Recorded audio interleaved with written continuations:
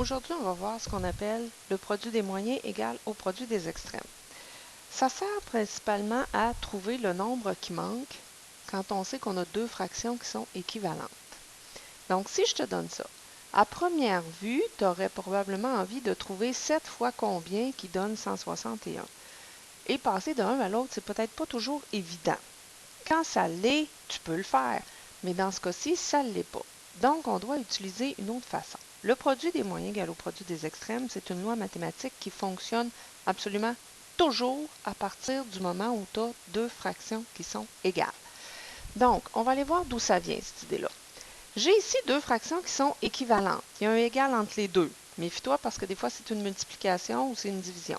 Pour appliquer le produit des moyens égal au produit des extrêmes, ça prend obligatoirement un égal entre les deux. Donc, à partir du moment où j'ai un égal, ce que tu as le droit de faire, c'est réécrire tout ça différemment. Et c'est ce que le produit des moyens égal au produit des extrêmes te permet de faire. D'abord, si on veut vérifier, 3 fois 4, ça fait 12, 5 fois 4, ça fait 20. Nos fractions sont bel et bien équivalentes. Maintenant, qu'est-ce que c'est que les moyens? Puis qu'est-ce que c'est que les extrêmes? Quand tu lis ces deux fractions-là dans une même phrase, les deux nombres que tu vas dire aux extrémités de ta phrase, c'est eux qu'on appelle les extrêmes. Donc, quand je lis ça, c'est 3 cinquièmes égale 12 vingtièmes. Les deux nombres qui sont à l'extrémité de ma phrase, c'est 3 et 20. Puis les deux nombres qui sont au milieu de ma phrase, c'est eux qu'on appelle les moyens. Donc, quand on parle de produit, ça sous-entend qu'il y a une multiplication à faire. J'ai une multiplication de ce côté-là aussi. Donc, le produit des moyens, 5 c'est un moyen, 12 c'est un moyen, est égal au produit des extrêmes. 3 c'est un extrême, 20 c'est mon autre extrême. Allons vérifier. 5 fois 12, ça fait bien 60. Est-ce que c'est égal à 3 fois 20 qui fait 60? Ben oui. Donc, peu importe les deux fractions que j'ai, à partir du moment où elles sont équivalentes, je peux toujours réécrire cette affaire-là qui possiblement t'embête de cette façon-là sur une seule ligne. Et ça va te permettre de travailler beaucoup plus facilement. Donc, allons voir comment ça peut nous aider à résoudre notre problème. On a deux fractions, on sait qu'elles sont équivalentes, donc la condition est respectée. Je peux utiliser le produit des moyens égal au produit des extrêmes. Ce qui veut dire que quand je multiplie mes moyens, ça doit être égal à la multiplication des extrêmes.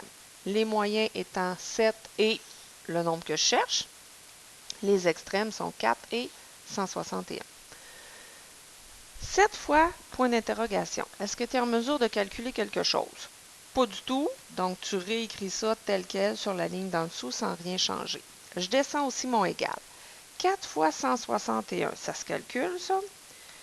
Ça me donne 644, ce que je réécris sur la ligne d'en dessous. En mathématiques, c'est une bonne habitude à prendre. Quand tu effectues un calcul, tu mets toujours la réponse sur la ligne d'en dessous et non pas à côté. Maintenant, quand tu étais au primaire et que tu avais ce genre de question, 7 fois quelque chose qui égale 644, comment tu t'y prenais pour trouver le nombre qui manque? Logiquement, tu faisais 644 divisé par 7 et ça te donnait la valeur de ton point d'interrogation. Donc, mon inconnu est égal à 644 divisé par 7. De ce côté-là, il n'y a rien à calculer, donc je réécris point d'interrogation tel quel. Je descends mon égal. 644 divisé par 7, ça fait 92. Donc, je viens de trouver que, si je remonte au début, 4 septièmes va être égal à 92 sur 161. Donc, cette méthode-là, elle marche absolument toujours à partir du moment où tes deux fractions sont équivalentes. Fait que tu n'as pas à te casser la tête, tu n'as rien à chercher, ça fonctionne absolument toujours.